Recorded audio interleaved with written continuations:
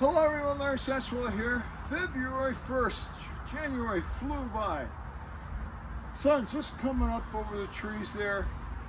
This is the daffodil garden. Let's take a garden tour.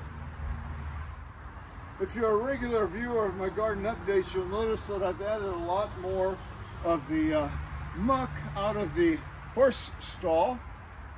There's very little horse manure in here, but a lot of goat manure. They like to sleep in there at night, and they don't care where they do their business. But I've got a lot of daffodils coming up. Let me give you a closer look. As you can see, they're popping up. I just recently, like a couple of days ago, took the cover off of this, my foxgloves, and these other beautiful flowers, going to be red, white, and blue there.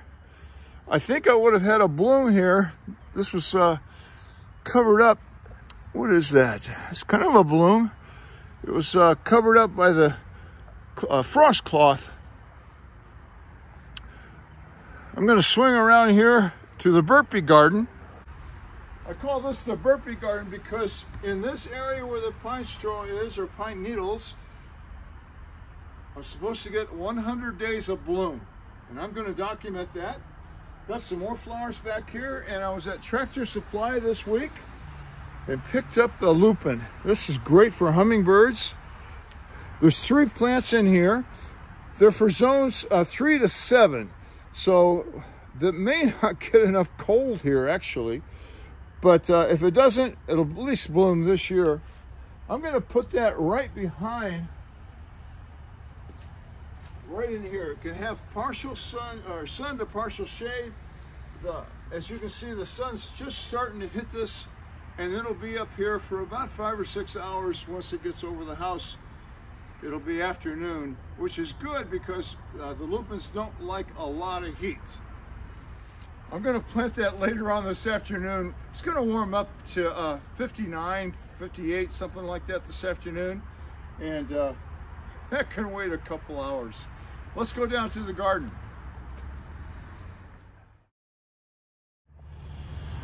Well, as you can see, we have a pretty heavy frost this morning. Not a lot happening up here, except we're getting a lot of daffodils coming up.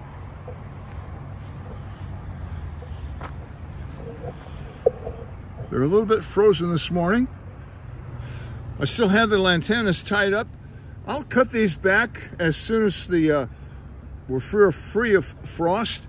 What happens if you cut these back too soon, the water gets down in the hollow stems and it'll freeze and kill it.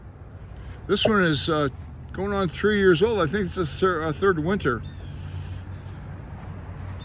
with a heavy frost. I do need to cut back this. I haven't removed it yet. I just need more time in the day. Make a quick stop here at the gazebo.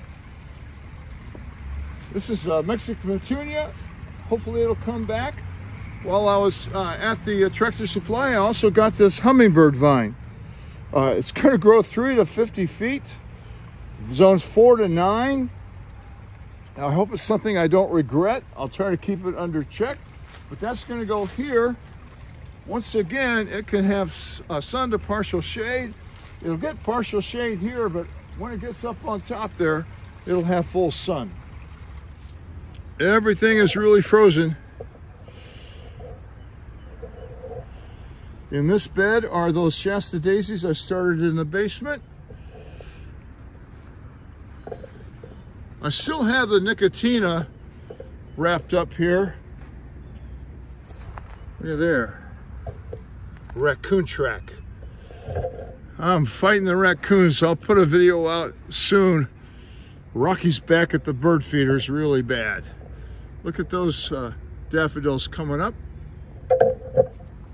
They're all over the garden there. Okay, the tunnel. We had a weekend where it was down in the low double digits. 12, 13 in the night, and it was like that for all week. Weekend, we had actually 40 hours of below freezing weather. Well, it's the first day in 5 or 6 days that it's over 40 degrees, and we were under freezing for the last 40 hours this weekend. So let's see we have any lettuce left.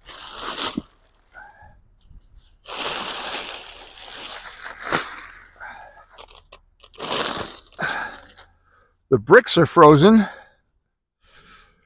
to the plastic.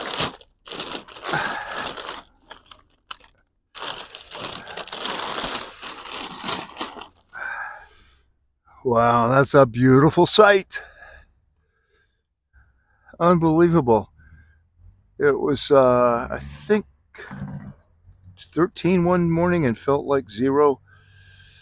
So they were out of the wind. So we've got a salad tonight. The lettuce in the basement is about gone. We've chopped it down to the basic stems. But as you can see here, we've got some beautiful stuff right there. Tomorrow, Groundhog Day. In the South, that's the typical day to plant potatoes. Let's go over to my potato patch, show you what's going on there. Over the last couple of weeks, I've been gathering this spent hay. This is hay that the horses didn't finish, the goats didn't finish. It's around the barnyard, and I just rake it up. There's about a foot of it right here, and under that is well-composted compost. Well-composted horse manure, about 8 to 10 inches of that. This is a very deep, it's like 16 inches deep here. And I was 71 years old before I learned this. Just like tomatoes, there are determinate and indeterminate potatoes, and they're a closely related item. So I should have known this before, but like my dad did, and like I see all over the internet, you plant a potato and then you see the greens and you pile more on, pile more up. Well, that's good if you have indeterminate potatoes. But in the South here, we should be planting determinate potatoes. So no matter how much I pile up on top of those, it doesn't do any good. All those potatoes that I plant are going to be on that top surface. So I've already cut my potatoes up. I'm letting them cure a little bit. The reds are ready to go. The white potatoes weren't showing any growth at all. So I put those back in a box and put them in a dry, cool area. And I'm going to wait for some little eyes to start developing on those. It might take it might take a month, but I'm going to wait for those. It won't be bad. What I'll do here is lift all of this straw off and plant my potatoes on that bed of compost, and then I'll add some more straw to it. I can add straw to it until the potatoes start coming up. That way it'll give me the maximum harvest. Well, it won't be long before I'll start planting some stuff between now and the next update. In fact, I'm gonna, at that last end of the tunnel are some radishes and lettuce that's been in there since October. I'll be cleaning that out. We're putting new lettuce and radishes in there. I'll be getting some bulk garden soil from the place I get the gravel and sand from. I'll put it right on top of this manure. This manure's been in here since last fall. It hasn't decomposed a lot. I'll put the soil right on top. I'm not going to till it in. There's a chance, because it hasn't decomposed much, that my tomato roots might burn. So I'll take that chance. I think it's been out here all winter. It's started to decompose on top. It's probably even more decomposed down below. But if that happens, I should have plenty of time to replant. I think I'm going to leave it right here. My hands are starting to get really cold. But like Elmo, I'm worried about my friends, concerned about my friends. I know there's a lot of people that have some troubles out there. Might be financial, might be marital, might be health. I can report that my wife and I are doing really well right now. We've got our 50th wedding anniversary coming up. I love that girl more and more each day. But if you're feeling down, it's kind of in the middle of winter. Snow's probably been on your area for a long, long time. You haven't been able to get out. Although this crazy weather, I see there's record highs all over the United States. But anyway, I hope you're doing well. I'm going to try to find some flowers and hummingbird videos to end this video with. Thanks for watching.